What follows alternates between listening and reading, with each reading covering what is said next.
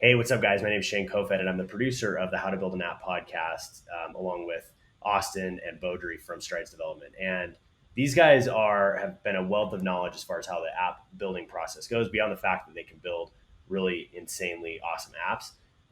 I'm just surprised over and over with the depth of their knowledge when it comes to thinking through your idea, building out a technical roadmap, putting prototypes together, and I've been pretty shocked over and over at the kind of guests that they talk to and the knowledge that they have. So what I asked them to do was come on and do a quick Q&A about this offer that we'll get more in depth on. But I wanted to do a quick Q&A on basically my biggest question to Austin and Beaudry for you guys both with this App Accelerator offer that we're going to talk about is really I want to leave people with an understanding of why they should invest some money up front in strategy and in getting that right, and not just invest right away in writing code, committing code, putting app designs together, and like kind of jumping in with both feet. Because I think over and over, that's kind of what I've seen from being able to shadow some of your client calls and things like that. Over and over, that's what you guys keep pushing, and so that's kind of the tone that I want to help these founders walk away from, is understanding why they should, almost take a half a step back in order to take 10 steps forward. Does that sound pretty fair to you guys?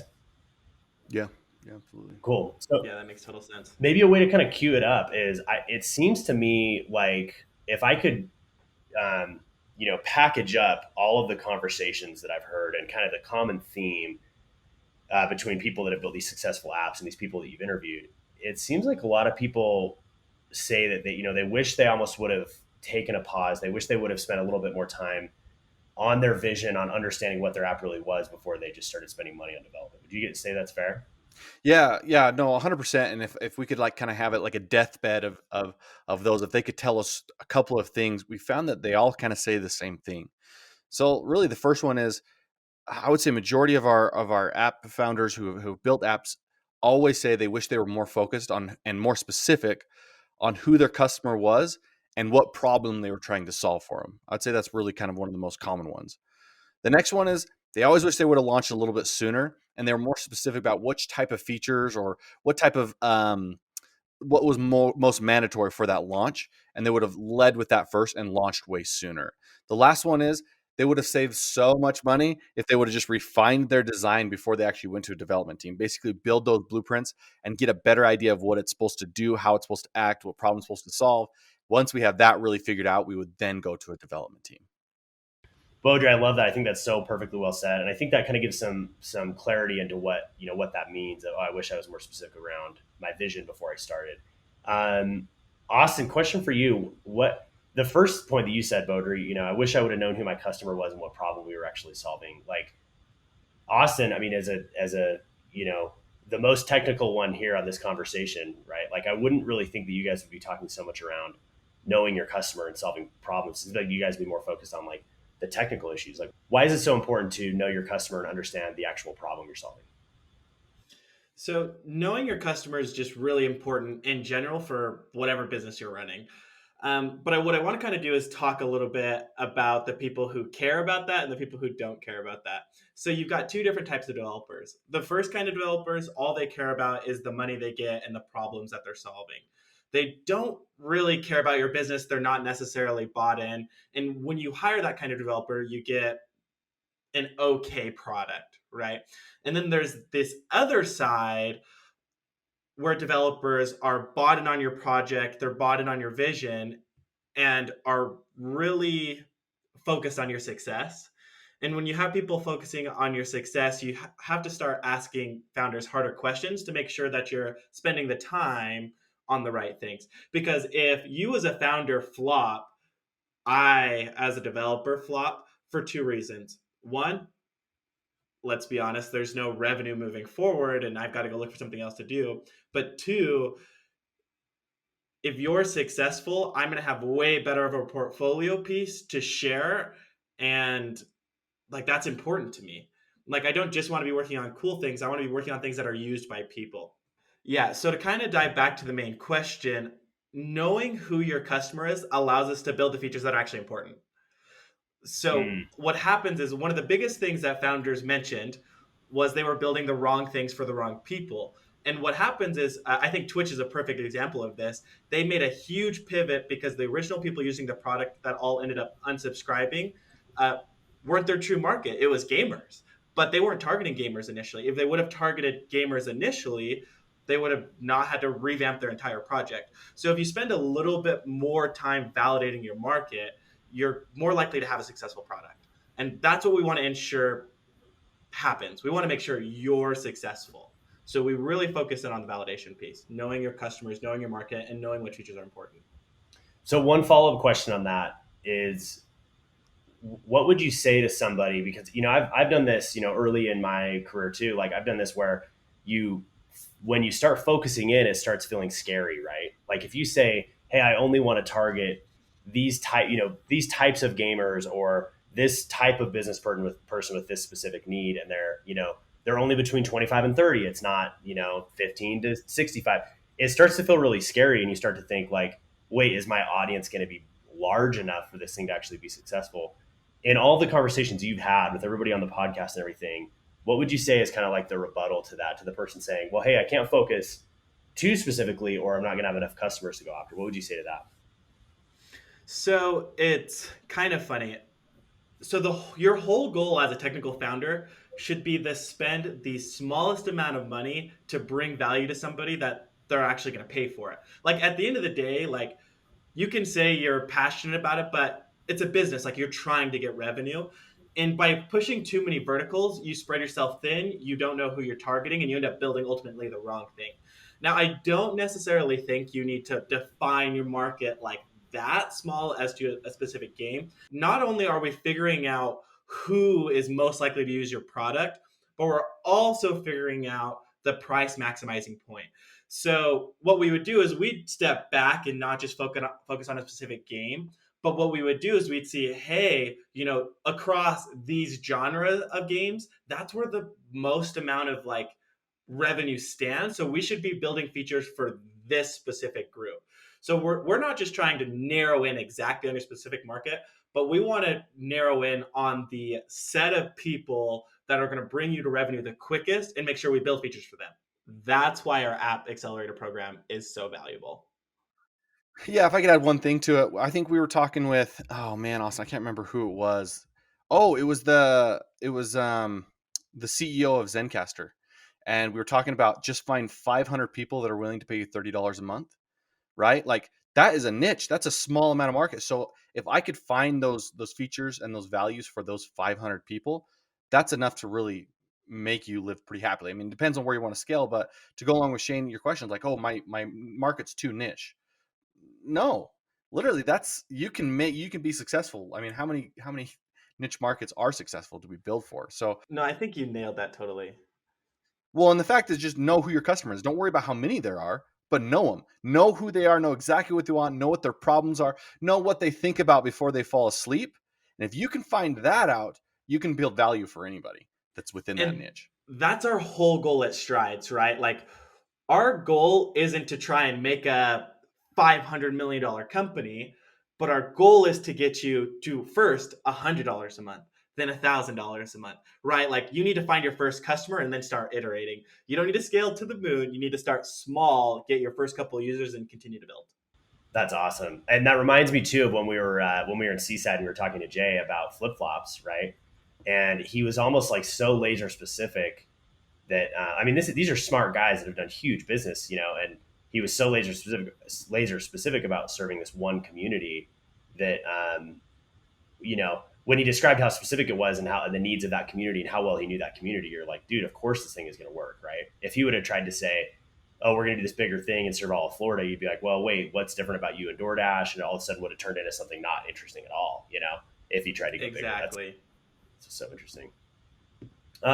Cool. The second point. So, and this actually piggybacking on knowing your customer. This reminds me of the conversation we had with Jay as well, where he said, basically one of his regrets after launching the app is he just wishes he would have been a little bit more specific around what features were required and what was nice to have, right? And that could have controlled budgets, controlled priorities, controlled timelines, things like that. Beaudry, what's your thought on that? Why is that so valuable for founders to know?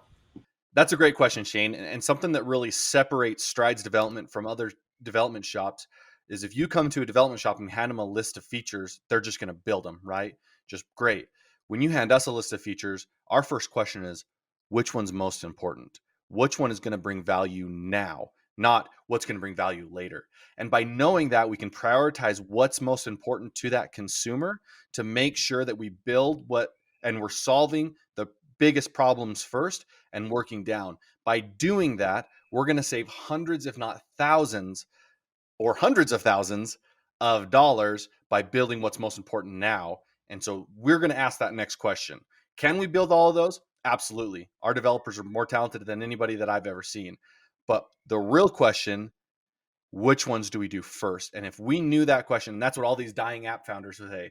If I knew what feature to develop first and started with that, I would have saved hundreds of thousands of dollars from there. Well, and it's funny because I've seen. I mean, the conversation with Jay down at Seaside is fresh on my mind, right? But I can remember when he was saying, oh, if we had done this, this, and this would have cut, a lot of time off our development. And I've seen you guys do this over and over with clients where you take something that might take 2 years and you condense it down to say, you're like delivering things. We're delivering things in a couple of months instead of a couple of years. But it was funny thinking back to that conversation with Jay, how the overall timeline on flip flops was still only, what was it, 12 months or 9 months, Austin? No, we had an MVP in 3 and a polished product in 6. So it's funny that he was noticing the inefficiencies and saying, hey, that could have been so much faster. I remember when he said that, I was like, dude, this would take, I've had friends build other apps similar to this. This would have been 3-4 years, So he was saying, oh, we still could have been more efficient. And you guys were still so much faster than anything I've seen on that scale. Yeah, it's super funny. And I kind of want to hit on this too. It's like, I think one of the funniest things is when I ask a founder for like what their budget is, it's not so I could max your budget. It's so that I have an idea of what's important and prioritize from there. So I can tell you, hey, instead of these 6 features, it's these 3 features. So it's like, if you go to somebody, give them a budget, that just shows that you know what you want, in my opinion.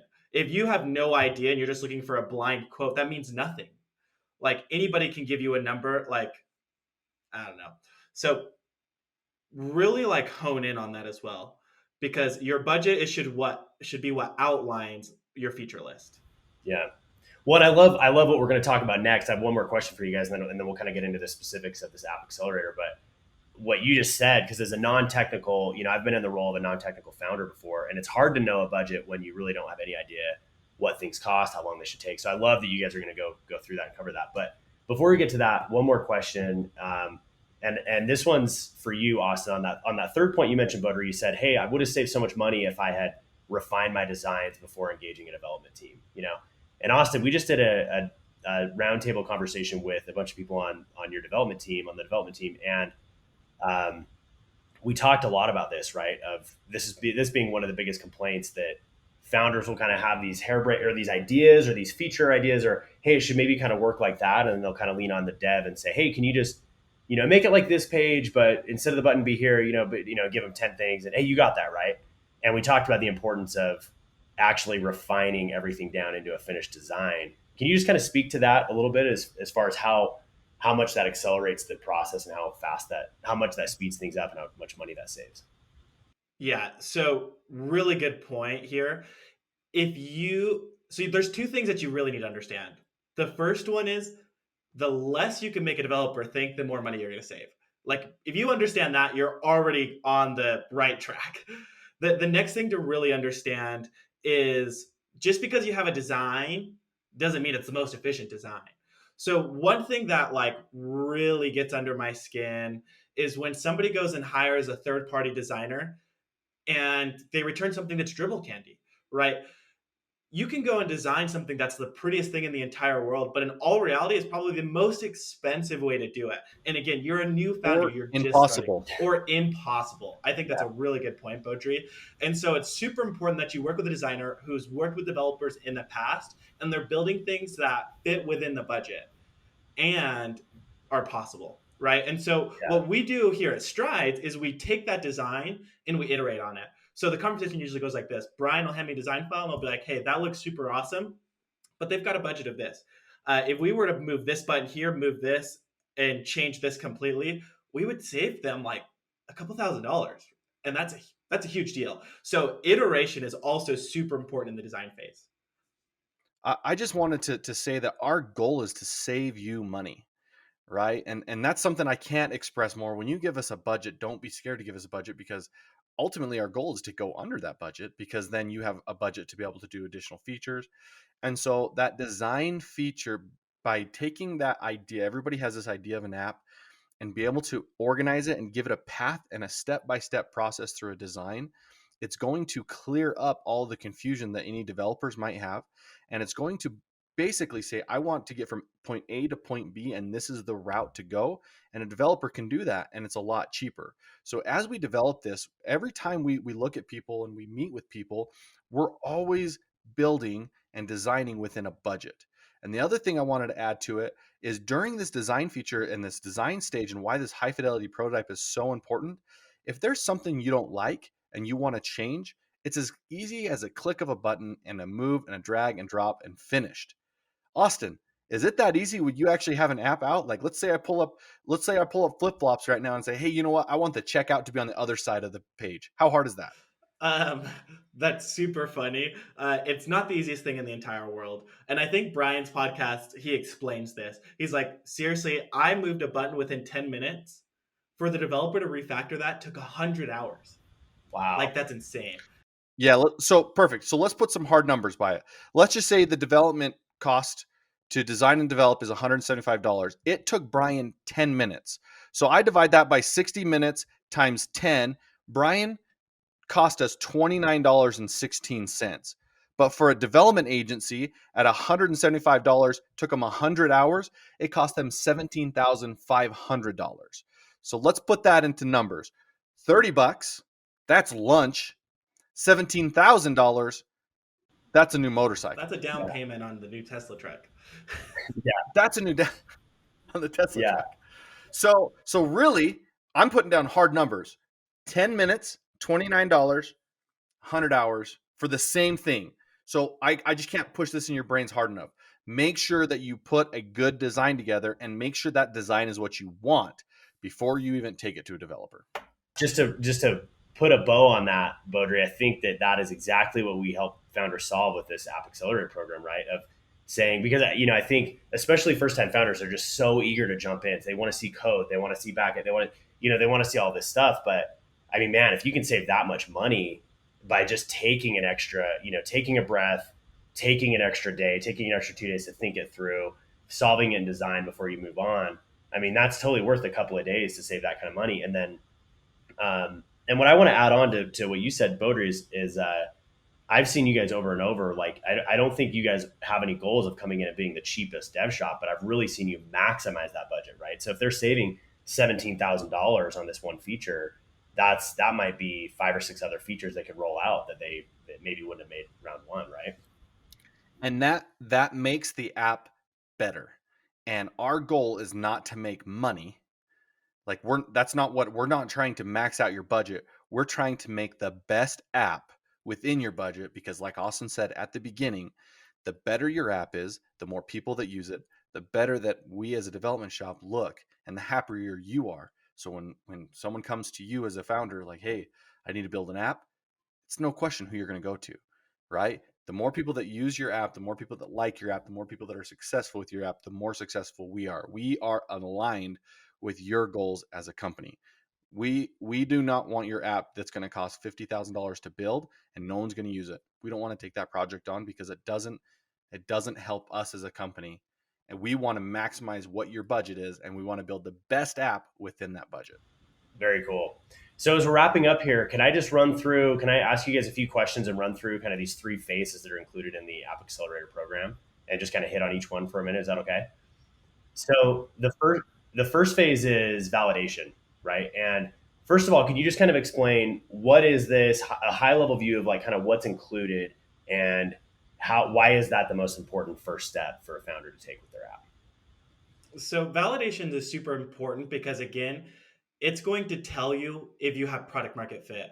I think the company we partnered with says somewhere around 42% of startups fail because there's no product market need. So what we're doing is we're Number one actually, reason. yeah, the number one reason that companies fail is because there's no product market need. And so if we can clear that up, you increase your chances as a company succeeding a ton, right? And so what we do in validation is we talk with your customers. So we basically go and run surveys, we ask a ton of questions, we figure out what customers like, what they don't like, how much they're willing to pay. I think that's super important. And what we do is we take all this data and we flush out anybody who isn't actually in your market and show you 50 to 100 people that would actually buy your product and get their suggestions. And that's super important. And with that information, we can actually start things like branding and marketing. And I kind of want to hit on that just really quickly because if you're marketing when your app's done, you've started too late. So by having that information, you can actually build a design for your app, for your target market. You can start the important things like branding and you can start the important things like marketing. And then as a development shop, we can start with the features that are most important because we're getting information on between a scale of 1 and 10 what feature or what set of things are most important. So that's what we do in the validation. We talk with customers, we get responses, and we get feedback. Yep. And if your product might not have enough product market fit, we get what will make it. We get those features, and so then we know what is most important. Got it. And just one clarifying question on that. Does this mean that, somebody comes in with their idea and they've had, maybe they had a dream or they have a vision of this product they really want to build? Does that mean that you're going to come in and just like, kill their entire idea, or kind of walk through? I know you guys did one just recently, like earlier this week, right? And what was that process like? Like, how much did it change from the founder's original vision? And then did it change so much that the founder was like, oh, I'm not interested in that app? Or what was kind of that experience for that founder when he started seeing that data? I want to have Beaudry answer this, but I want to put a little thing in there. As a founder, if you come in with an idea and are not willing to change or move, like right there, you're probably not going to make it. So you need to be able to make pivots. And that's what our goal is. Now, I want to put out there, not everybody who comes to us is going to get product market fit, but you saved way more than you would have just developing it, right? And I think that's a big thing. Not every idea is a great idea, but if you can put a bunch of smart people in a room, brainstorm, and pivot, which is what we help do with you, you have a way more likely chance of succeeding. But Bojo, I kind of want you to talk about that. Yeah. So, Shane, to kind of ask your question, yes, we might kill your dream right then and there. That's very possible. And I hate to say it, but you might have an idea that you think is great, but it could be crushed. And so we recently had a client come in, and we did the surveys and found out he had an idea of what he wanted the project to be. And Eric Espinoza, the owner of Venture Validator, we sat down in a meeting, and he goes, if you would have went to any other dev shop and had them build this, you would have failed miserably and spent tens of thousands of dollars failing at your idea. It was harsh. I was like kind of cringing when he said this. He says straight up, what you brought us, your idea, would have failed, but you went to Strides instead, and then we partnered with them, and here's what's going to happen. And then he said, if we were to alter this, and this, your product market, because you need a 7.5 to be successful or higher On their score, on and their matrix.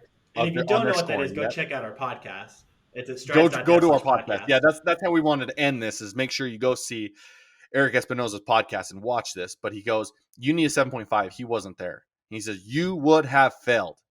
But if you would change this, and this, we would get you to a 7.8. And so now, as a design team, we can say, most important is A, B, and C. Let's design those first to make sure we get the most important product market fit beforehand. And so really what it comes down to is they send out all these surveys, they ask them very, very good questions, and they find out what is most important for you and if you would buy it. And yes, Shane, we might crush your dreams, guys. If you're listening, your dream might be crushed here, but guess what? You're going to save tens, thousands of dollars. And not only are we going to crush your dreams, but we might be able to salvage that dream and put it back together and be able to make it to what people want. And ultimately probably make it into something that the founder is more excited about, right? I mean, was that how what was your reaction? Everybody's more excited. The founder gets validation, Yeah. and we know that we're not building something that's going to sit on the app store and do nothing. Yeah. So literally everybody's happier. So that really, like, the validation phase really encompasses that, like, fail fast kind of idea, right? Like, hey, it's better if your dream's going to get crushed, it's better to have that happen in the first couple of weeks versus after you've you sunk your life saving into an app that's not going to go right. Yep, fail fast and pivot, and that's how we're going to do that at the beginning instead of at the end of this journey. Love it. Now let's move on to phase two. So the second part, and I know there's a lot of individual things that are included in that validation phase, but I think that really sums up kind of the point of that. Now the second phase is the prototype. So this is a clickable prototype. This is where they can actually get their app. Kind of speak to what's included in that. What level of what's the importance of that, of making that come into reality, and what does that do for the development of the app going forward? So this stage is probably the most fun for our founders. I'm just going to be honest with you, because this is the first time that you get to see the idea that you just validated. By the way, now that it's actually a good idea and people want this. You now get to see this built. This is almost like building a 3D model of your dream home, and that's really kind of what it is. So what we do is we'll meet with you on a weekly basis. You're going to pitch your idea, and we're going to pitch all the results of the validation to our designer, and our designer is then going to build it looks like a real prototype of the app, and it's clickable, and you walk through and it takes you through the user's journey. This is really, really fun for you because you get to see your app being built and come alive. But that's not why we do it. What it really does is it helps build out that frame of what Austin and the development team are going to be building. It gives them that direction. And so when we say, okay, we have a login screen and what the journey of the actual user is going to look like, we can then decide what type of features are going to be needed, what type of APIs are going to be tied in, what type of softwares are we going to have to use to build this. And it really gives us the direction of where we want to go with the actual development. So if you have a development shop who's willing to start building without doing a design, run. Yeah. I just feel like if they're not willing to do a design to show it, it's going to be expensive and it's not going to be what you want. I promise you those two things. And here's the other thing. Not everybody's a great designer. You might find a developer who's like, I can design something cool, but a developer and a designer, they're specific roles for a reason. I'm not saying no developer can be a designer and a developer, but it's super hard and really unlikely. Yeah. It's like, after being on so many of these calls with you guys, and you guys use the analogy of building a home, right?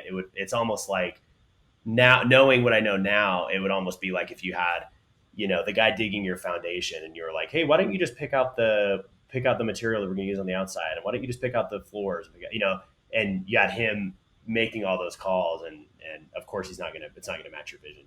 So the third thing that's included in this App Accelerator program is the development roadmap. Now, this is the one that I know the least about, but I know it is super important, and I know for me, when I've done projects in the past, it's really hard as a non-technical founder. It's hard to manage technical people.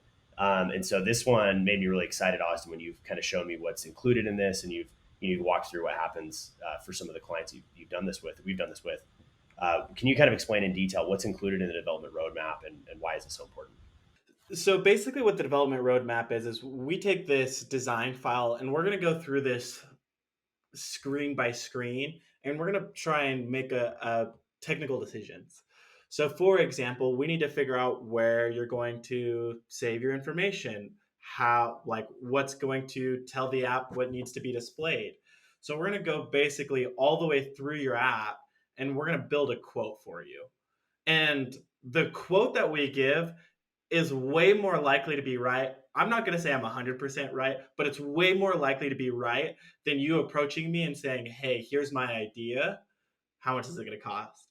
So this way I can actually walk through, see exactly how the app flows, and start planning it out. And what you're going to do in this step is figure out ways to save money. So this is my favorite part, because I would say 50% of the time I go in and give them a quote and they're like, holy shit, there's no way I can afford that. But what we can go do is we can take this and start refining it. We can either pull features out, simplify it. This is business. We're going to iterate and we're going to help you. Like, be ready to pivot. And so we're going to have that fun conversation of, hey, if we were to release this, this, and this, and it's not even a fun conversation. We know exactly what the users want. So it's, if we refine these things, you're still going to have success. And so the development roadmap phase is to really get the technical people behind it and tell you suggestions on how you should go about it. We're going to give you not a foolproof quote, but a better quote than you would get by just asking me how it would cost over lunch. And we're going to refine it. So once we go through the development phase, if we are out of budget, I just go back to our designer and say, hey, we just need to modify these things and we'll fit in budget. And it's that simple. The point you just said, Austin, though, that I think is so cool is that these founders are able to understand their budget before they start developing, right? So it's better to find out before you start, hey, oh, I can't afford that. That's going to max out our budget if we do all 25 features, rather than finding out 6 months down the road, right? And I think that's one of the big things that separates what we're doing at Strides from every other dev shop is you've really eliminated that roadblock of people starting an app and stalling out 6 months through and running out of funding, running out of momentum, running out of energy, and having like a halfway done kind of thing, right? Exactly. Yeah. So another thing with like the development roadmap is like, it's not easy to build either, right? Like, it doesn't take 5 minutes or an hour to tell you how much your app's going to cost. We're budgeting at least, 25 hours to actually go in and thoroughly explain to you what it looks like to build your app. Gotcha. And on that point is this whole package. So when somebody has their validation, they have their prototype, they have their development roadmap. And obviously, if it's the right project, you guys would love to take it on. But is this something that a founder could come in and do this portion of the process with you, and then take it to their internal dev team, or take it to another shop, or have somebody Take it to investors. Yeah. Oh yeah, take it to investors. Okay. Yeah, like literally, you're bringing validation, you're bringing design and a development roadmap.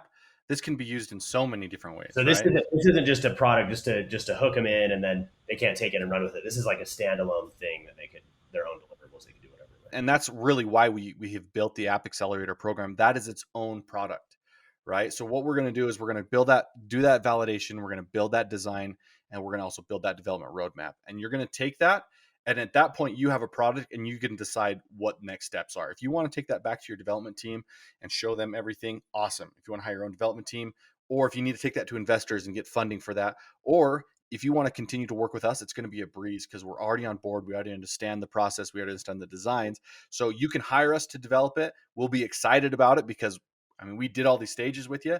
Again, this is its own standalone product. And so you can take that. It is yours. Take it to wherever you need, whatever steps are. If we can help you the rest of the way, awesome. We'll be giving each other high fives for the next couple of weeks and building an awesome app. But if not, we're excited to see you guys succeed regardless. Cool.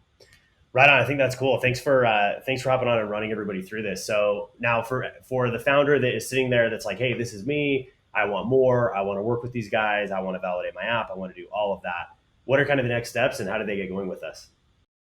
Perfect. Awesome question, Shane. So really, if this is what you're listening to and you're like, man, this sounds exactly what I want, you just need to book a strategy call with Austin and myself, which is on the page here. Just go ahead and click book a strategy call. We'll jump on. We'll talk with you. We'll talk you through specifically with your idea, and we'll just kind of give you any tips and pointers, and then we'll kind of talk about what next steps are and how to go from there. Right on. Happy building, everybody, and hopefully we see you soon.